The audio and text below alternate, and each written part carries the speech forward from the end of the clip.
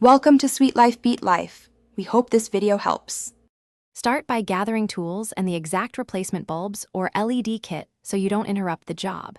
Disconnect the negative battery and wait 1 to 2 minutes to clear stored power. Pry off the trim panels gently with a flat tool. This prevents scratches. Once trim is loose, remove the 2 visible screws at the top of the instrument cluster.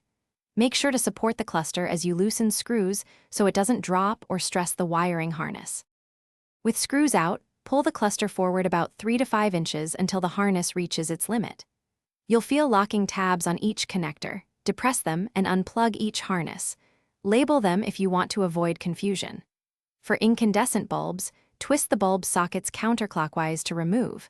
For LED conversions, follow the kit instructions, which may require soldering or swapping small PCB modules. Work methodically. Once bulbs or LEDs are in place, reconnect each harness firmly and reconnect the negative battery to test the lights before snapping everything back. Turn the ignition and verify brightness, color, and gauge function. Make adjustments if an LED is reversed or dim. If everything looks good, reinstall the cluster screws and press the trim panels into place, using gentle, even pressure. If lights flicker or are dim, check the ground connection. Inspect connector pins for corrosion, confirm fuse integrity, and verify.